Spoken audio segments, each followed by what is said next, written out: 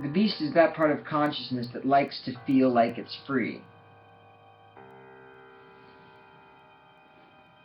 That loves experiencing how close it is to the selection mechanism. It likes experiencing that power.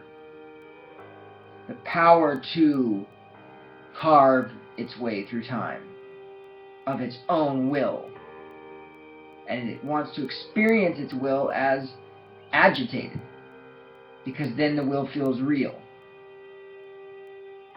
to it. But it's neurotic because the only reason you want that experience is because you fear that if you let it go, you don't know what's there. And the will will become determined by something from the outside totally, in a way that feels like a surrender of the will.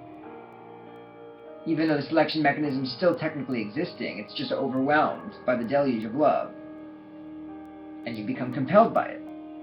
But in human life, that beast thing, which is part of what I think it means to be matter, and to have risen from matter, risen from the primal will itself, we still have that beast in us that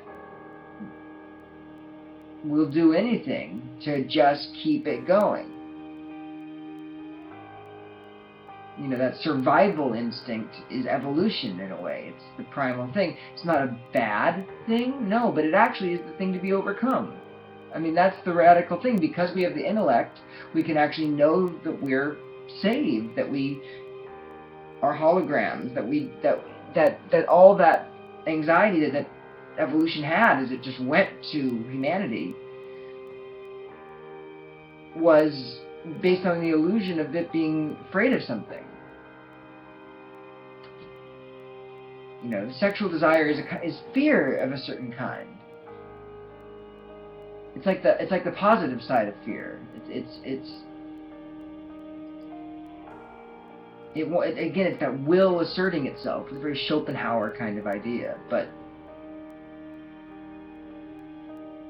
all Schopenhauer could see was the will struggling, the rise out of primal energy, that dynamic. That's all Schopenhauer couldn't see. He couldn't see the sphere on top, which was actually organizing all the monads and putting everything together into harmony and music and perfectly light and effortless and effervescent and clear and clean and loving.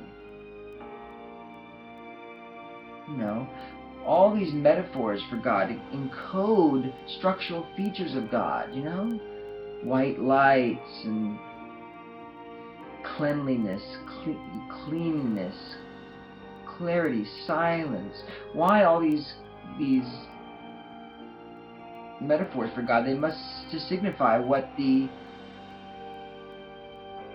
space becomes like, as it evaporates to love, which is really what happens. It's not that creation. Creation is where all the dynamism is, the volcanoes and the struggles and the herds and the buffalo and that's where the dynamism is in terms of frozen love, in terms of matter, which sort of shows what's actually going on in the cool, clean, blissful, desireless, white signal of God.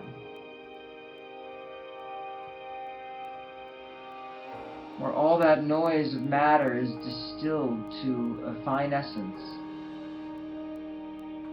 which on one level is an explosion of being that we can't even imagine. It's like a whole nother level.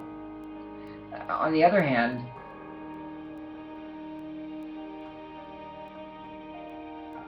there's probably a quality to it where it is just like silence in some sense.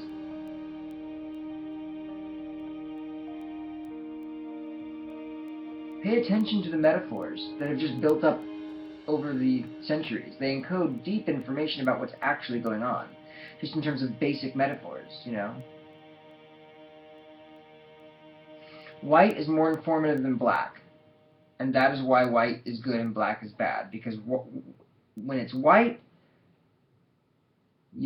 something's there, you just can't tell what. That's the information implied by the color white. If you're in a white room, it's somewhere there's illumination. There's a source outside the room, which is illuminating it, or inside the room. But there's a source, which is not the room, illuminating it.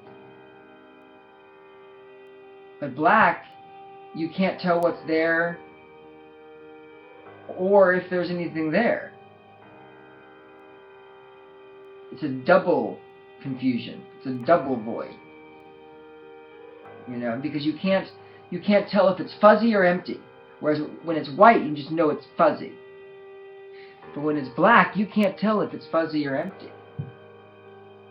That's why black has all the connotations of darkness and entropy and all this stuff. I mean, you know, it's because of what black encodes in its Platonic structure as a quality form. What information does the color black inform consciousness about? Absence. What does the color white inform consciousness about? Fullness.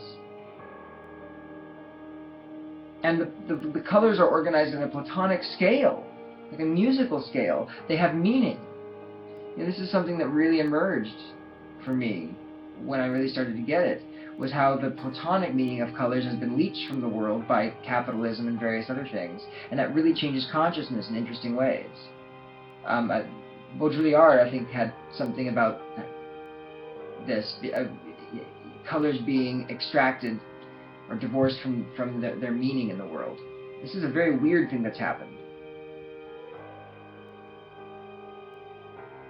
You know, you can start to see the hierarchy of colors again because they make a sense. They have a kind of sense to them. There's a sense in the very organization of color that encodes, again, the whole tonal scale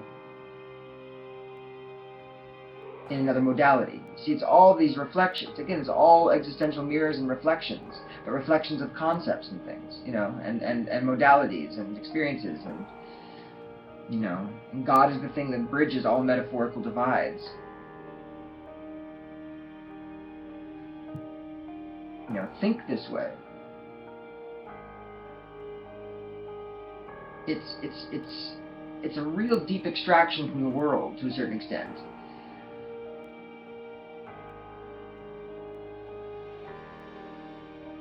It's a confrontation with your own will and its desire to keep yapping away at controlling things, which is the problem of human consciousness. Because we think we have to control because we don't trust reality. We don't like reality. We ultimately think reality is the Grim Reaper in some reptilian part of our heads. And if we could just convince ourselves that that's not the case and God is real, we could take away the blockades of fear that are keeping the light out. Because God's a signal. You know? God's like the signal phi,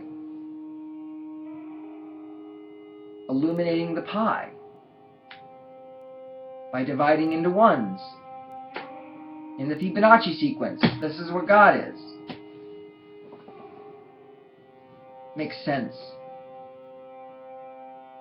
Just kind of, once you see it, it's sort of obvious, even though its aesthetic beauty is overwhelming. It also sort of reinforces its necessity to you. It's like, oh yeah, it is like that. Of course, reality does come to a head and meaning explodes from it, and I get it.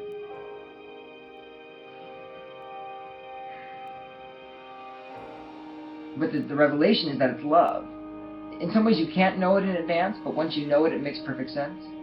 Again, love self-validates. That's the thing about love, it always self-validates. Love is self-validation itself, which is, again, partially how it self-validates, through this kind of conceptualization. Do you see how it works? Love is the thing that moves the thing. It or leaps itself into another state, always, because it just is compelled by its own excessive delight of itself, which is the other.